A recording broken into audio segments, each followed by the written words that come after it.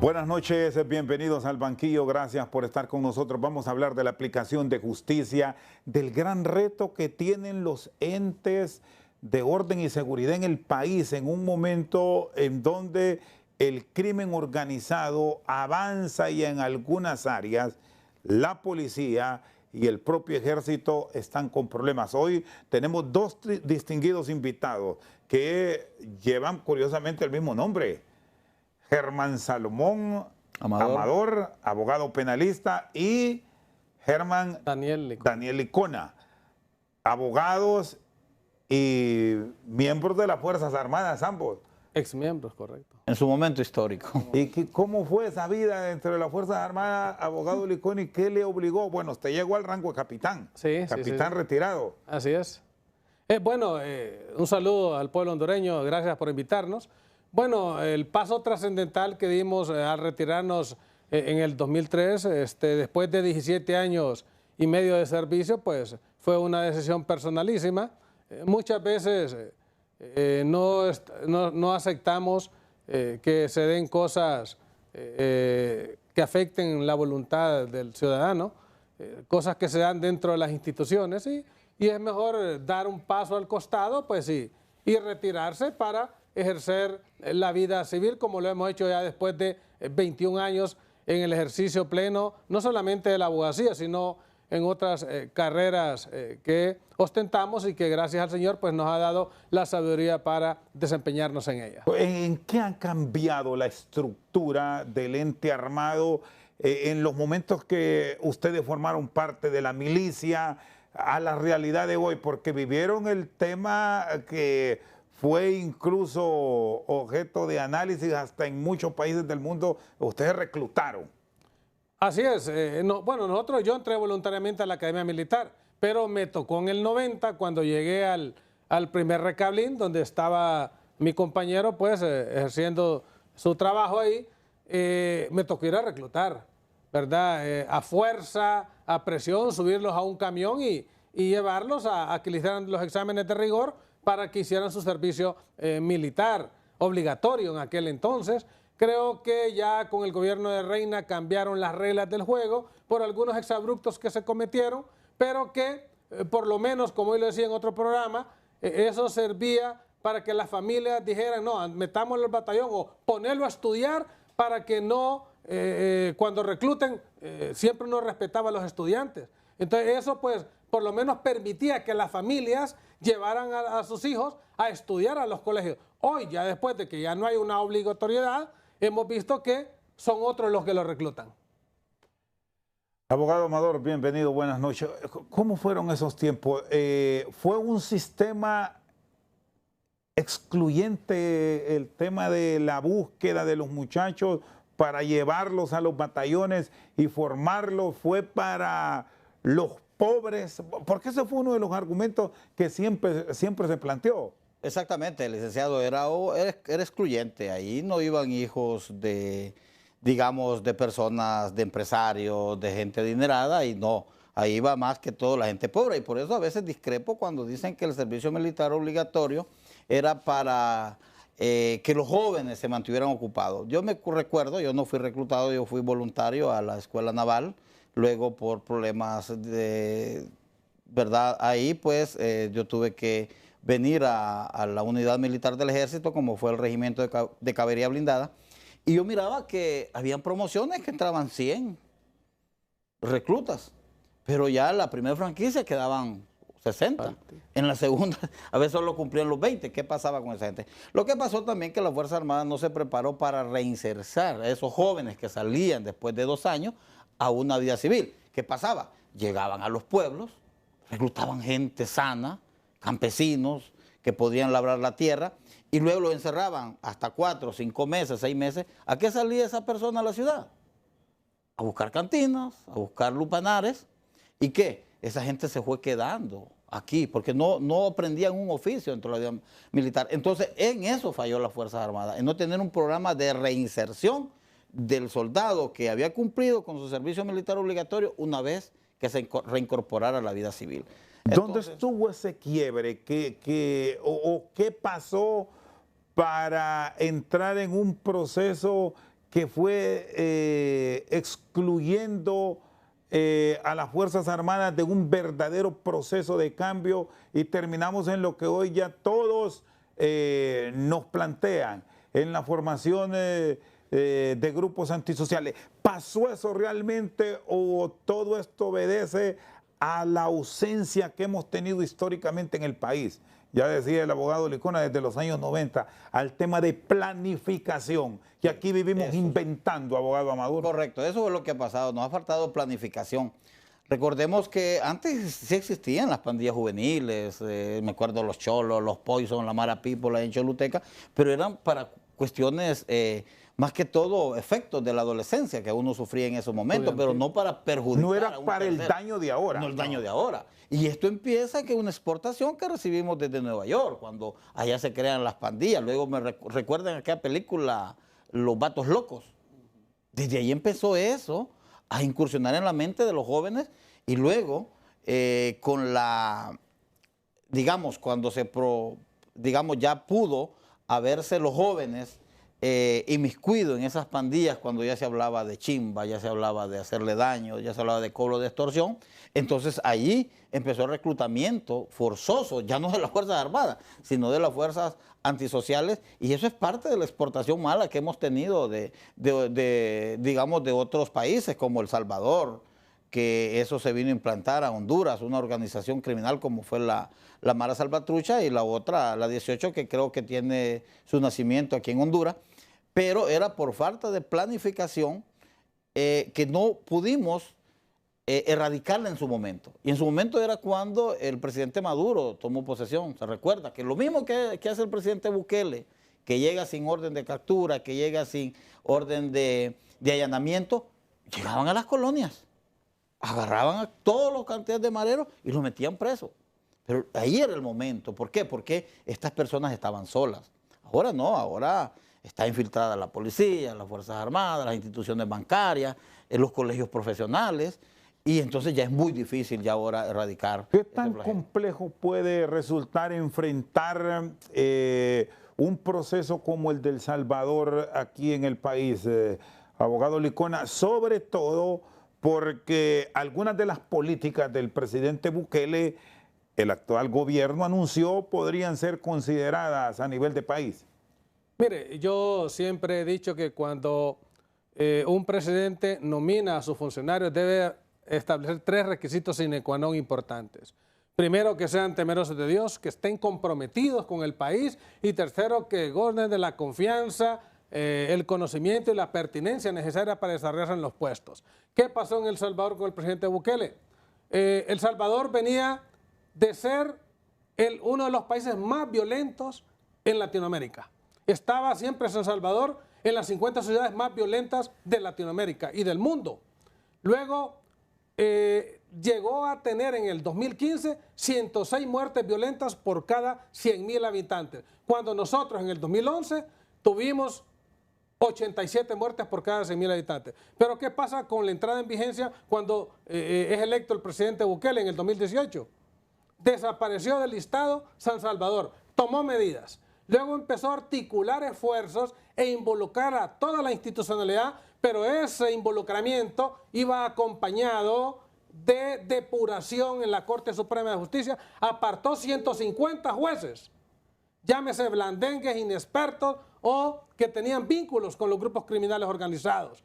Un ministerio público, la Policía Nacional y el Ejército, y sumó el 70% de las fuerzas del orden a trabajos de calle, de campo, para tomarse las ciudades, aldeas y caseríos y tener presencia disuasiva para hacer la labor. A la par, vinieron y controlaron los sistemas financieros, bancarios, Conatel, las cárceles que tenían, y usted ve la inversión que hizo en una megacárcel de más de 60.000 personas que ahí están albergados, pero ya estos ciudadanos salvadoreños, más de 10 millones, están gozando de una plena seguridad que hasta inversionistas como Google y un sinnúmero de personas extranjeras están buscando el territorio salvadoreño para invertir sus negocios y generar ingresos y empleo. Bueno, y aquí en Honduras ambos son profesionales del derecho y con conocimiento en el uso de armas y procesos disuasivos.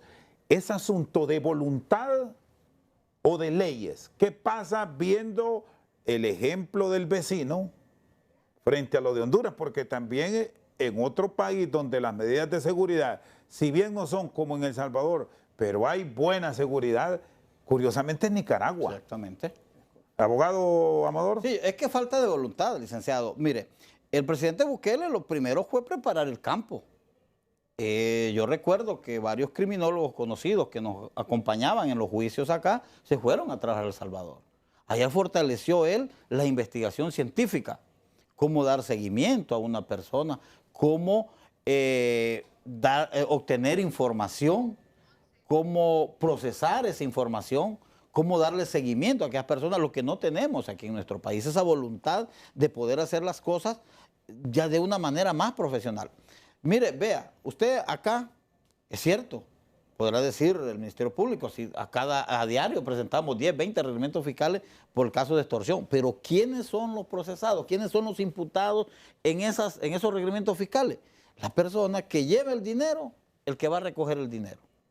Pero nunca le dan seguimiento a dónde va ese dinero, quién recibe ese dinero, quién lava ese dinero, con quién comparten ese dinero. Entonces, ¿qué pasa? Solo agarramos, como dicen en el lenguaje que usan ellos, a la mula.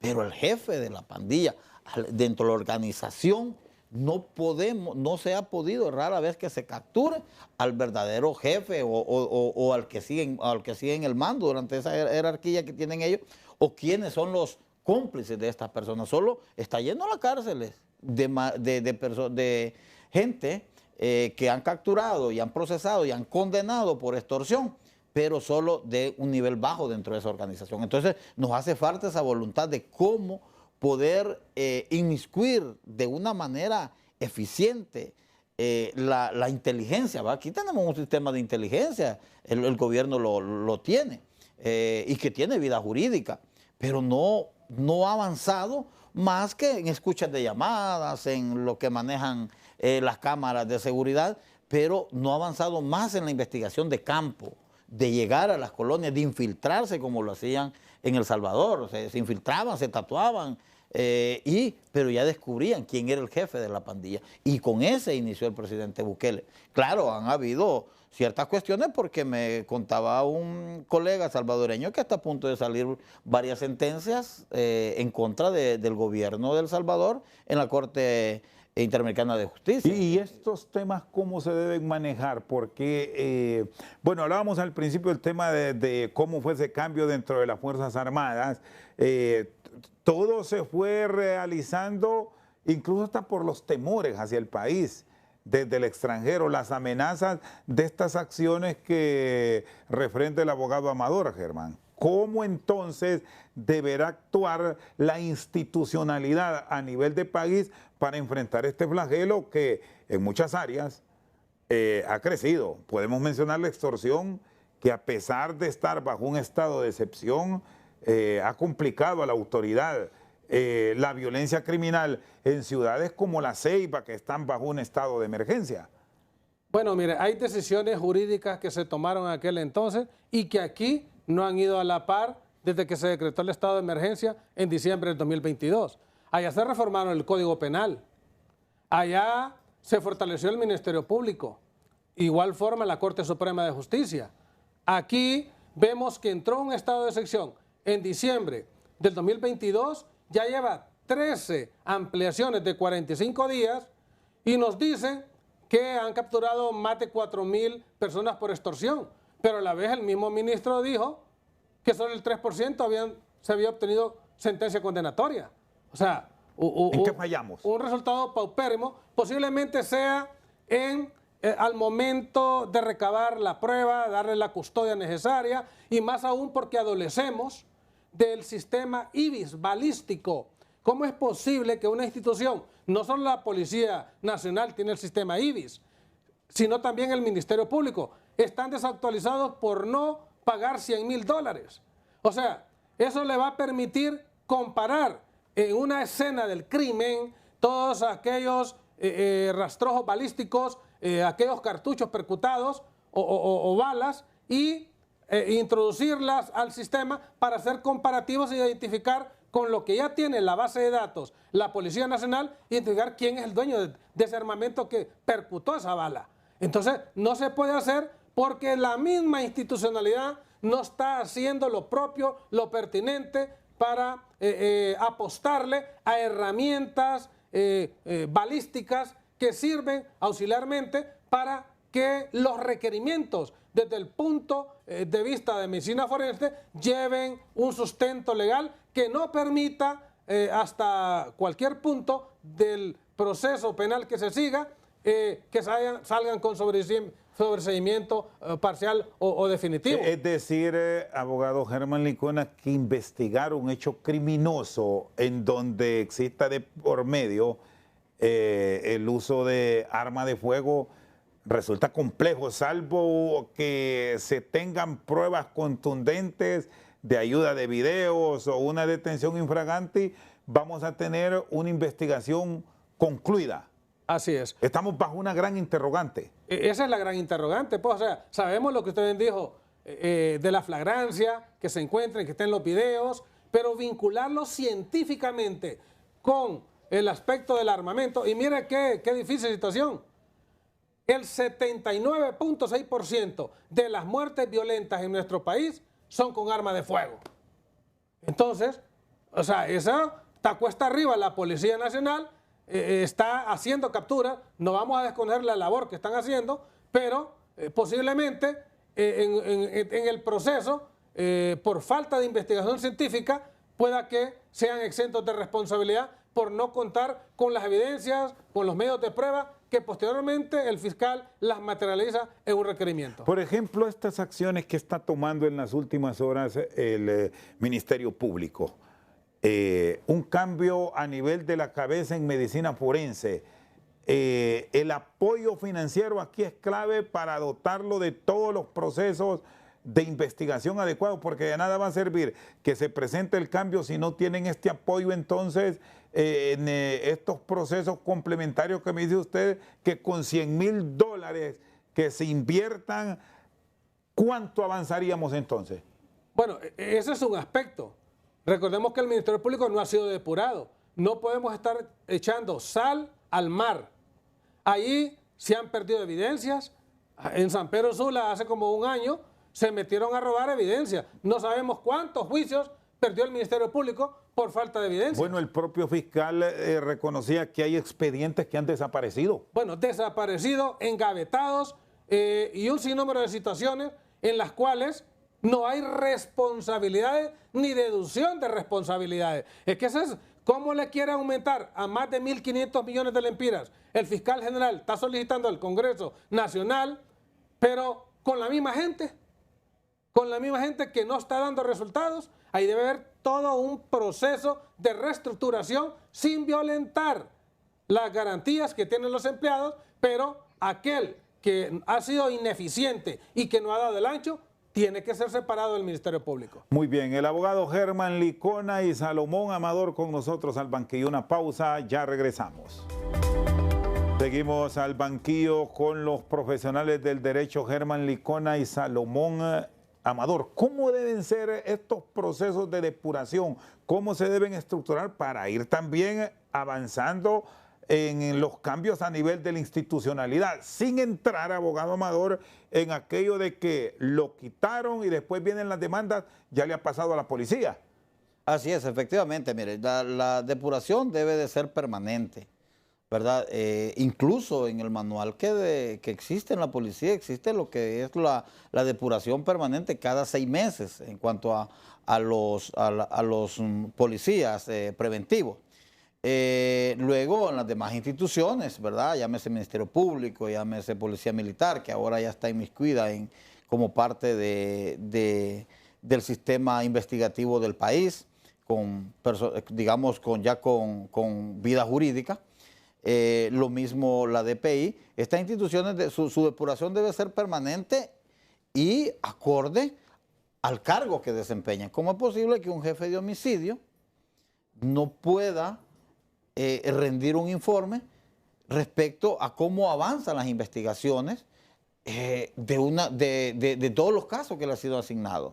¿Cómo es posible que el jefe de la Fiscalía de Delitos Comunes tenga expedientes rezagados, ¿verdad?, desde hace 3 o 4 años por falta de investigación, que no han podido citar a un testigo, que no han podido requerir a uno de los investigados, que tal institución no les ha enviado el informe que mandan a pedir. Esas cuestiones digamos, son atribuibles a la persona que desempeña el cargo. Como dicen, no, es que el fiscal no trabaja, se delega autoridad, pero no responsabilidad. La responsabilidad es del jefe inmediato. Entonces, estas depuraciones, como decía usted, que el temor que tienen a veces los encargados o los jefes de estas instituciones es a la represalia cuando vienen las demandas. Pero si hacemos una depuración, si tenemos un ordenamiento jurídico específico, cómo se va a llevar a cabo la depuración, no selectivamente, no excluyentemente, sino de forma general, ¿verdad? Porque yo entiendo que la carga que tiene un fiscal a veces es pesada, pero para eso existe, se aprobó presupuesto para la contratación del fiscal auxiliar. Pero ¿qué sucede? Otros dicen carga, pero usted va al Ministerio Público y es raro que lo tiene un fiscal. No que anda en audiencia, anda haciendo otras situaciones, pero eso debe llevar a la depuración. A veces en las depuraciones solo vamos en el sistema de corrupción, ¿no? Que este es corrupto, pero también la eficiencia cuenta. Usted puede tener un empleado honrado, pero es ineficiente. Entonces debe de ir concatenado todos los atributos que el perfil que debe tener un fiscal, debe de ir concatenado para lograr su eficiencia. Los cambios que se están impulsando y que ustedes nos han dicho, los profesionales del derecho, son urgentes a nivel del Código Penal y otras leyes secundarias, ¿qué tanto puede contribuir a agilizar muchos procesos que han estado pendientes, abogado Amador? Bueno, es que ellos que están dotados de un buen ordenamiento jurídico. Mire, para el combate a la extorsión se implementó o se incluyó a los testigos protegidos. Antes los testigos protegidos solo era para cierta determinada persona, ¿verdad? Ahora el testigo protegido, la declaración anticipada de un testigo protegido y que hace pruebas en un juicio oral y público cuando ha sido recibida en una etapa intermedia, eso fue incorporado al Código Procesal Penal. El blanqueo de dinero, que a la persona que está siendo extorsionada, la autoridad le dé el dinero, le toman fotografía y es el que le entrega a la persona que recibe el dinero, eso también fue incorporado. Entonces, por cuestiones de leyes, no es una excusa que debe tener ahorita, porque sí contamos con un ordenamiento jurídico tanto procesal como penal. El problema es la falta de voluntad o que no es la persona adecuada que debe de estar en ese puesto. ¿Cómo seleccionar bien a un fiscal? Y en algunas ocasiones, cuando la persona que está en el proceso es clave su testimonio y por la misma advertencia del criminal se retrae en formar parte del juicio, ¿cómo corregir eso? Que ha sido uno de los problemas que ustedes nos han planteado, están sucediendo y que por eso en muchos procesos no se avanza. Sí, es que en eso sí carecemos de un verdadero sistema de protección de testigos. Aquí el testigo lo tienen protegido, pero cambian al investigador y el que tenía el contacto con el testigo, el nuevo investigador, desconoce, el nuevo fiscal desconoce. Y ese es el problema también que tiene el Ministerio Público, que no necesita presupuesto, necesita voluntad, necesita tener... Estos procesos que se han incorporado para la protección, incluso hay hasta una ley especial que involucra a ustedes los profesionales del derecho, a periodistas, militares, defensores de derechos humanos. Sí, no ha funcionado. No ha funcionado. Fíjense que también algo que hemos observado nosotros, que ya hemos andado ya 22 años en los tribunales de justicia, que antes no se daba, pero ahora se da con frecuencia, que ese principio de unidad de actuaciones que tiene el Ministerio Público lo han prostituido. Es decir, usted es un fiscal encargado de un caso. Si bien es cierto, alguien lo puede sustituir, pero es para ciertas actuaciones. Es la excepción. Es la excepción a la norma. Pero ahora llegan los fiscales al juicio, pero no llega el que conoció el caso. Llega uno y dice, me persono bajo el principio de unidad de actuación, pero ni siquiera ha visto el expediente. Entonces, ¿qué sucede en ese caso? Él no ha habido continuidad en cuanto a la investigación, mucho menos en la recopilación de medios de prueba, en el análisis de los medios de prueba. Entonces, en eso está fallando el Ministerio Público. Ese principio de unidad de actuaciones ha afectado muchísimo por los cambios que se dan. Entonces, la carga el que recibe la carga de un expediente debe determinarlo hasta juicio oral y público. Y también otra cosa, la objetividad ha perdido el Ministerio Público. El Ministerio Público ahora se encamina a querer ganar el caso. Y esa no es la función del Ministerio Público, es el esclarecimiento de los hechos. Entonces se van por el medio de prueba que al juez le sirvió para decretar un acto de formal procesamiento que solo necesita el mínimo indicio racional, ya sea de la comisión del delito o de la participación del imputado, con esa mínima prueba llegan a juicio oral y público. No continúan con la investigación. Entonces, eso son situaciones que está fallando en la impartición de justicia, ¿verdad? Entonces, ahora estamos hablando de un nuevo código. Yo entiendo a la presidenta, a doña Xiomara, y a todo lo que lo acompaña, la desesperación que han de tener por querer combatir la delincuencia, pero no es creando un nuevo código. ¿Cómo deben orientarse esas reformas? Si le pregunto, abogado Licona, ¿cambio total, un nuevo código que costó años construirlo, o más deben ser las apuestas a reformas, a modificaciones? ¿Qué criterio tiene? Bueno, mi criterio es casi igual al de todos los compañeros que procuramos el derecho, es de hacer reformas al Código Penal porque se invirtió tanto tiempo, nos vendieron la idea que el Código Penal iba a estar a la vanguardia de la persecución penal.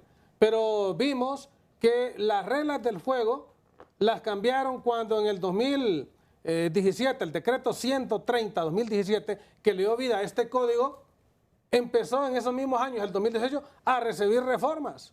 Reformas cuando se sentían los pandoros perseguidos, los llevaron a juicio y la Corte paró el juicio por una semana, hicieron en el Congreso reformas a este código y entró en vigencia hasta el 2020. Entonces, pasamos de un código de 1983 inquisitivo a un código hasta cierto punto permisible, pero para cierto sector. Para el sector que tiene que ver con los delitos de la administración pública. Usted puede ver cómo los congresistas de nuestro país empezaron a bloquear la persecución penal con el decreto 116-2019 y un sinnúmero de decretos que no le permitían al Ministerio Público mantener esa hegemonía, ese monopolio, y no que lo turnaban a la materia administrativa para que fuera el Tribunal Superior de Cuentas y determinara a través de una resolución si había responsabilidad administrativa, civil o penal.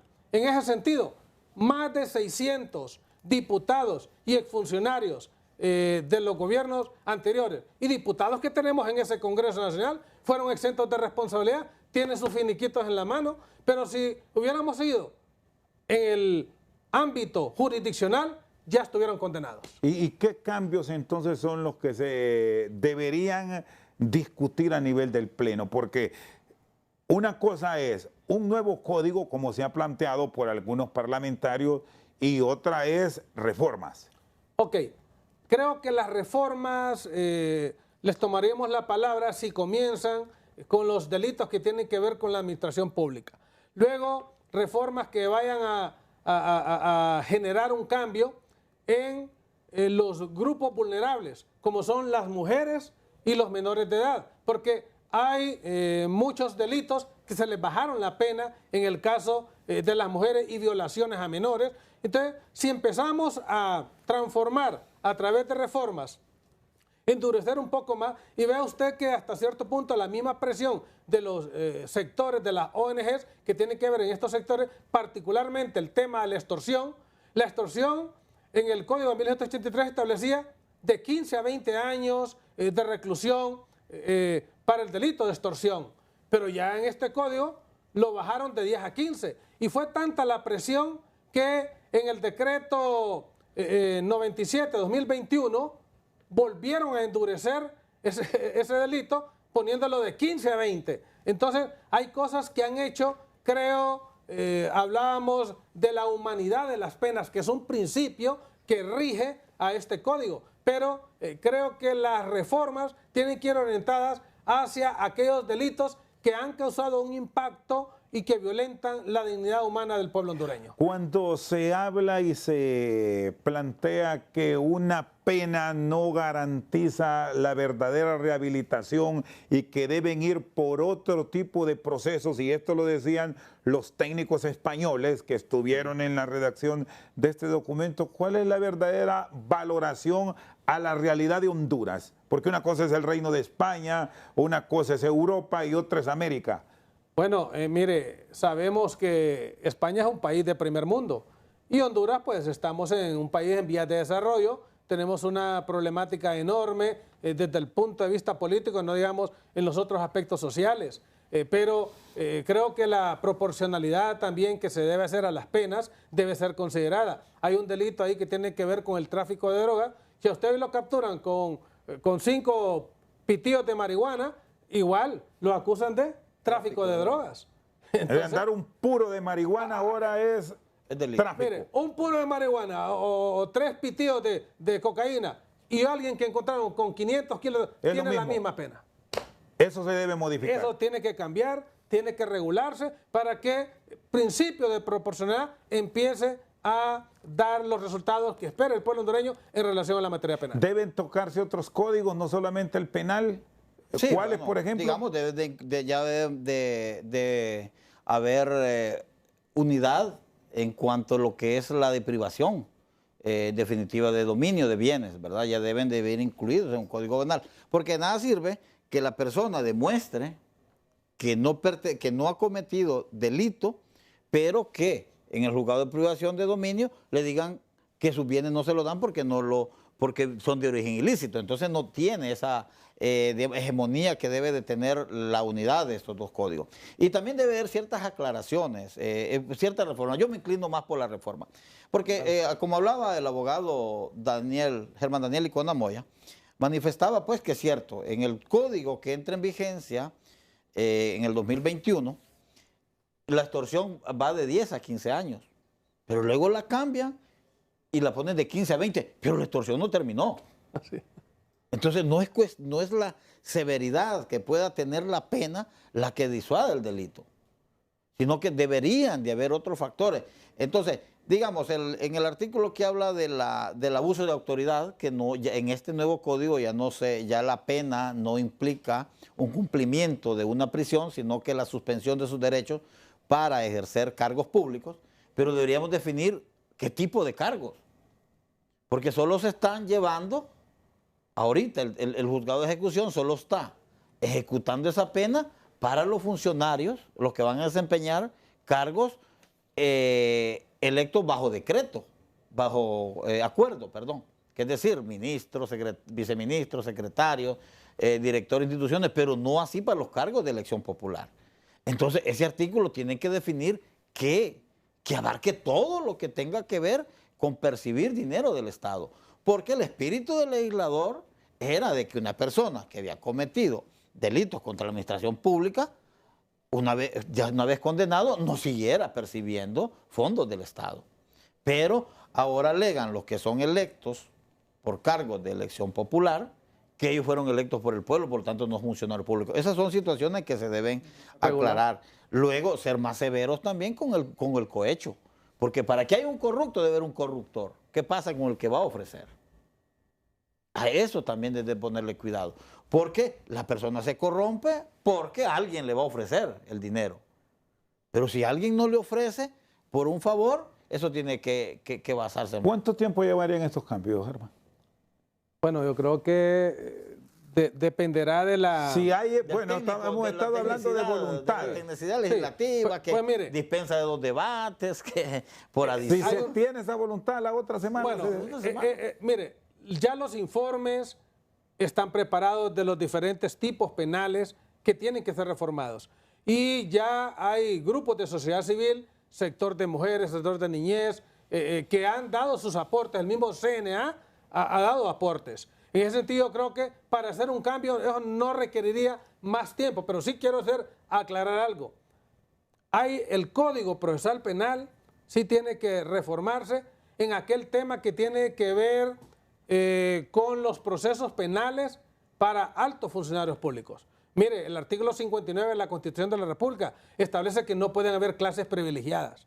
Y aquí tenemos a funcionarios activos, cuando están en funciones, diputados, que tiene que ser un juez natural, el cargo que desempeña un magistrado, quien va a conocer el juicio. O sea, no puede ser que el magistrado que fue nombrado por los diputados, y cuando los diputados son llevados a procesos, sean los mismos que los dirijan los procesos penales en los entes jurisdiccionales. Eso tiene que cambiar. Todos tenemos que ir al mismo lugar, a los entes jurisdiccionales donde la ley ya establezca. Germán Licona y Salomón Amador con nosotros al banquillo. Una pausa, ya regresamos.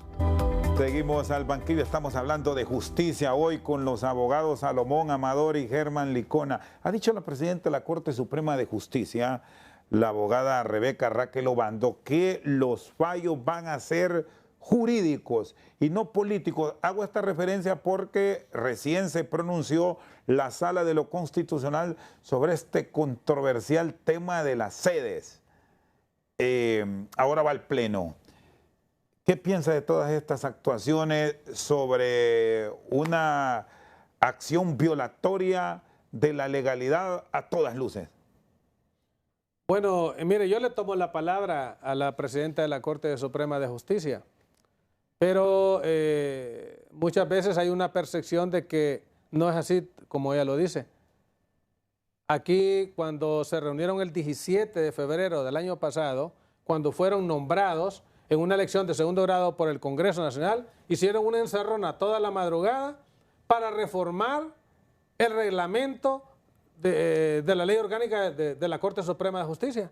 Y establecieron en el artículo 15 el tiempo que iban a estar rotándose los magistrados, pero ya ahorita que le tocaba en la Sala de lo Constitucional al magistrado del Partido Nacional, nombraron al del Partido Liberal, a Wagner Vallecillo. Se violentó. O sea, no nos vengan a dar a tol con el dedo. El pueblo está ávido de justicia, está viendo lo que están haciendo y muchas veces uno lo ve en los juicios. Imagínense que ahora uno va a demandar al Estado, uno ejerce la acción civil. Ya nos estamos diciendo que no es competente la materia civil para demandar al Estado. ¿Por qué? No quieren que sean condenados en costas.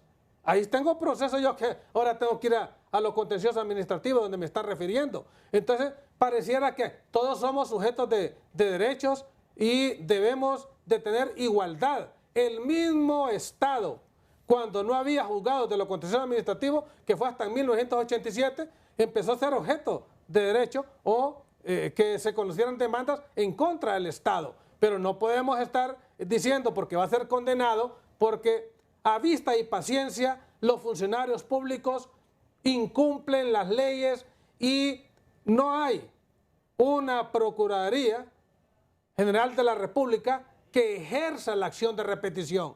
Es ahí donde tenemos que fortalecer, pero yo no le creo mucho a la presidenta que hoy los fallos son jurídicos cuando por cuestiones de interés, ¿verdad? Como representante procesal no me voy a pronunciar, pero en ninguna de las materias se está cumpliendo como ella lo dice. ¿Cómo se debe tomar la actuación en este caso de las zonas especiales de desarrollo?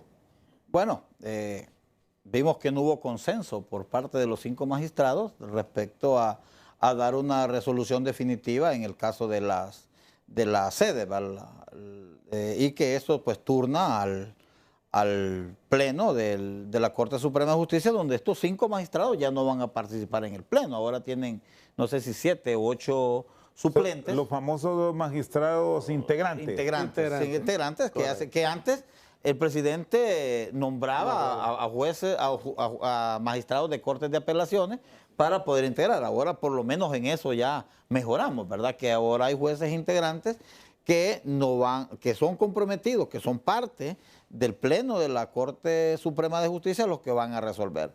Bueno, la magistrada presidenta pues ha sido enfática que en pleno pues esta resolución va a ser jurídica, no política. Y creo, bueno, vamos, como dice mi colega acá, vamos a tomarle la palabra. Pero yo quisiera saber si ella se va a excusar de conocer ese pleno, porque lo puede hacer. Así es. Yo pienso que sería muy saludable para ella. ¿Por qué se debe excusar? Digamos porque ella ya se ha pronunciado públicamente sobre el fallo que profirió la Sala de la Constitucional. Entonces allí habría cierta violación al debido proceso porque prácticamente ella se ha inmiscuido, ya tiene conocimiento de algo que le va a poner en conocimiento a ella. Yo voy a contar algo acá y que también yo reproché ese acto, ¿verdad?, contra mi representado, el señor Gilbert Reyes, que la Sala de lo Penal se inmiscuyó en el caso aún sin haber puesto en conocimiento diciendo que tenían que extraditarlo ya. Eso no debe de pasar. Es más, hubo un magistrado que presenció, y esto es muy delicado, presenció la audiencia de declaración de imputado cuando en su momento este caso puede ser retornado o puede tener conocimiento él en algún recurso de casación. Entonces, son errores que cometen los magistrados, no sé si por, digamos, un estado por emoción. Por emoción del momento. De emoción del momento. Pero ya yo creo que la presidenta debería de excusarse de participar en ese pleno y nombrar un integrante para que haya más garantía del debido proceso y no vaya a decir ni una parte ni la otra que hubo una presión política. El pronunciamiento del pleno debe ser estrictamente sobre lo solicitado por el ex rector universitario o pueden ir agregados más allá de lo que pidió. Bueno, la Ley de Justicia Constitucional es a petición de parte, ¿va?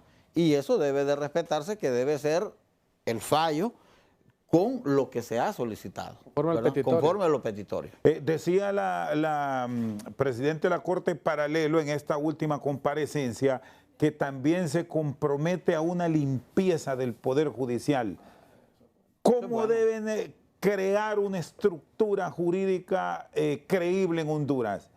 Luego de esto que ha dicho la abogada Obando, Germán. Bueno, mire, creo que es difícil despolitizar a la Corte Suprema de Justicia, ya que muchos nombramientos se están haciendo por cuestiones políticas. Si yo viera un proceso en el cual... ¿Y la ley de la carrera judicial ya es parte de una historia o qué? Bueno, la ley está vigente, o sea, hasta cierto punto. Lo único que, por lo que se dio con la judicatura, ¿verdad?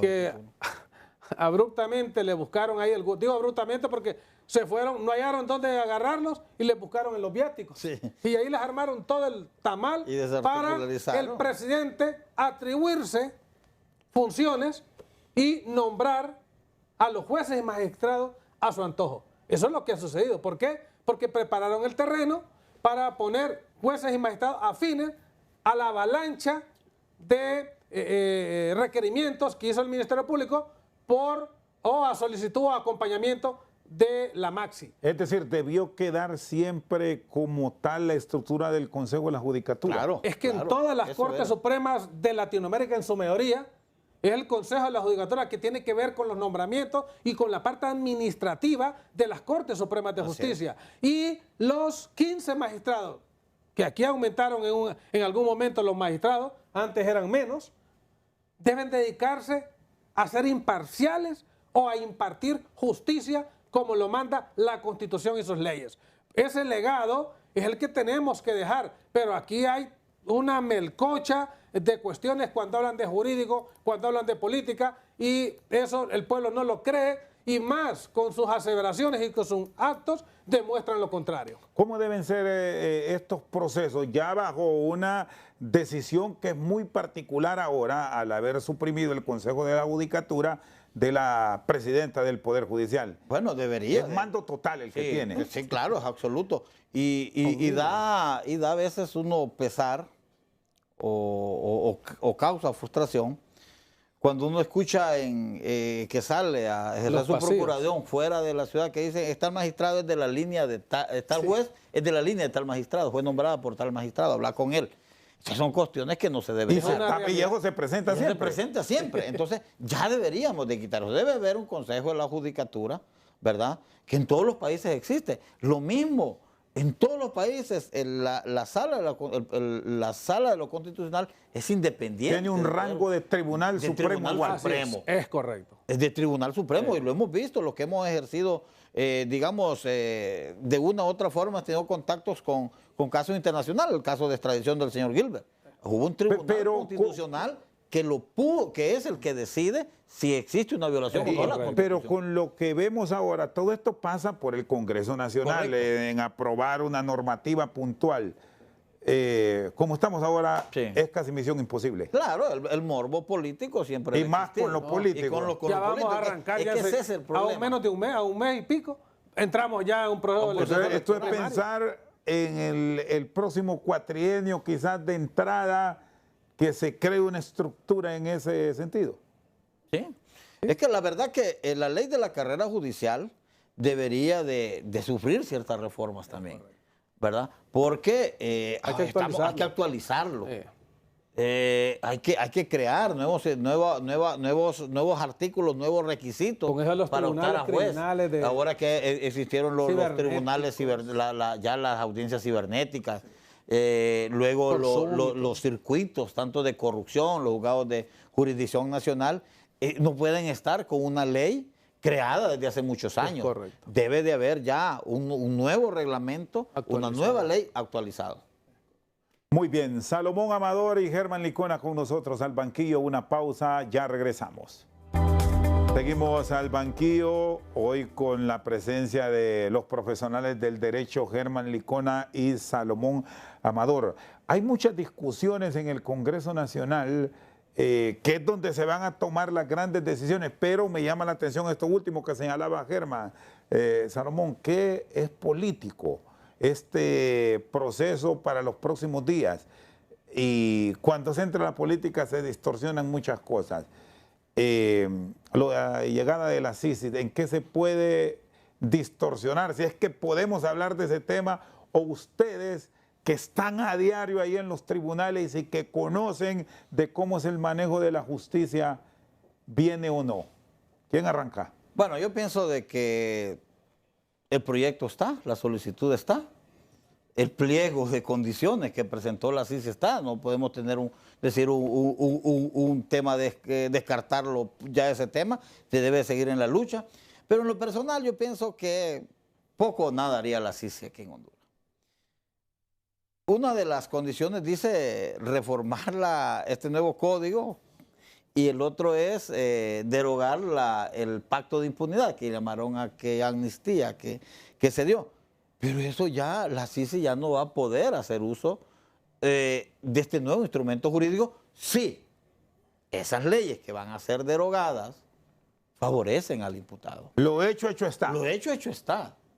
Entonces, este nuevo código que se pretende crear o esta nueva reforma que se pretenden crear es para los casos futuros, que hubiesen casos de corrupción.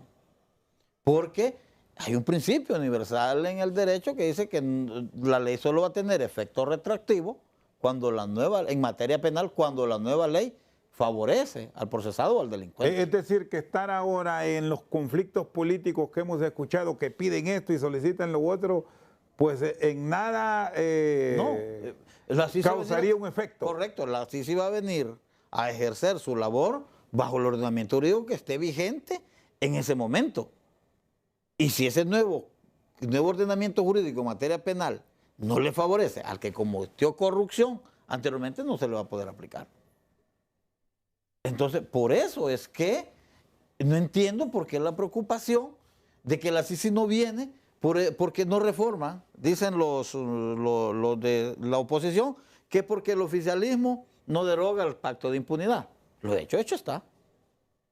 Pero si lo hacen no va a pasar nada. No va a pasar nada. Y luego el oficialismo dice que la CICI no viene porque el Código Penal el Código de Impunidad no ha sido derogado ni reformado en cuanto a los delitos de corrupción, pero tampoco le va a ser aplicable a esta persona si no les favorece. Es lo del famoso querellante adhesivo que tanto se ha hablado, de darle el poder a un organismo supranacional para que pueda llevar procesos.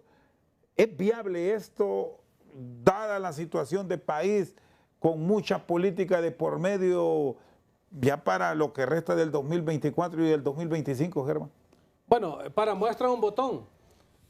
Hace un mes nos vendieron la idea que en el Congreso Nacional se le iba a dar rango constitucional a la CICI, un ente jurídico que no existe, pero le iban a dar rango, fue la iniciativa de Libre.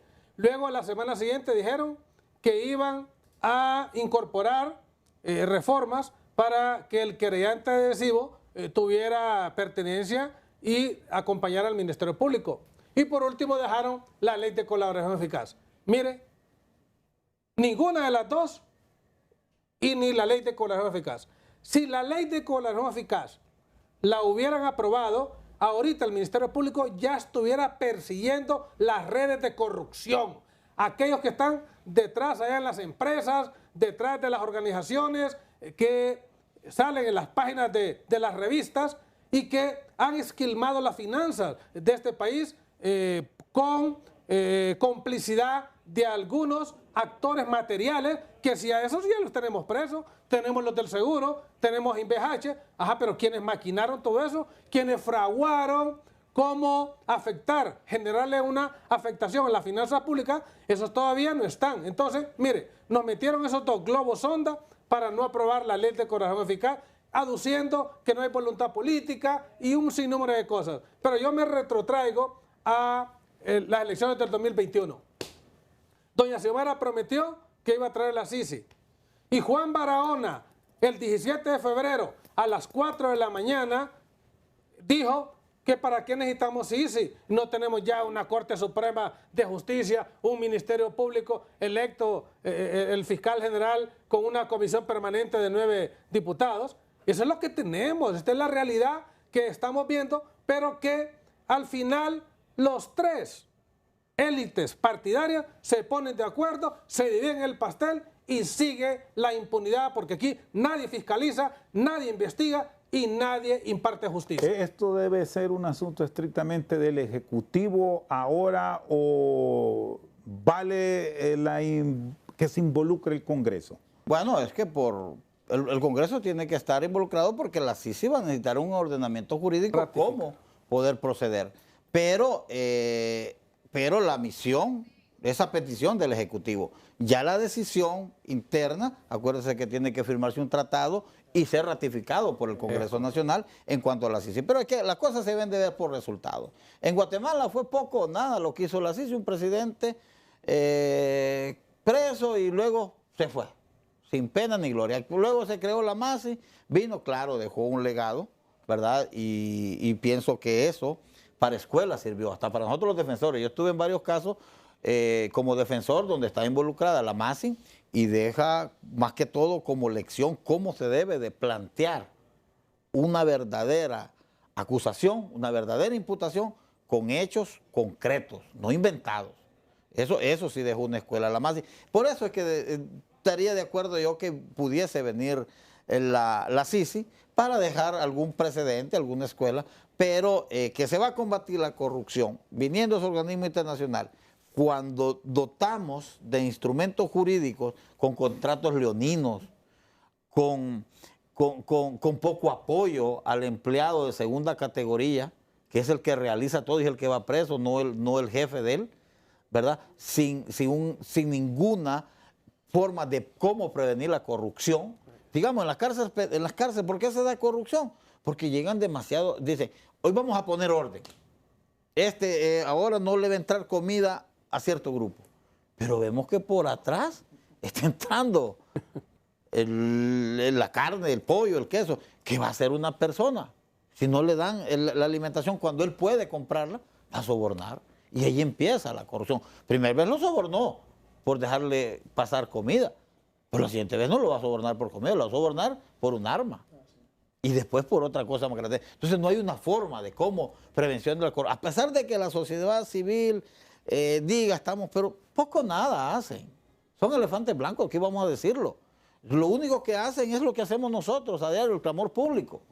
Pero no tienen esa fuerza legal como para poder documentar un caso, con todos los parámetros establecidos para tal. Muchas gracias. El abogado Salomón Amador y Germán Licona nos han acompañado hoy en Al Banquillo. Por su sintonía, muchas gracias.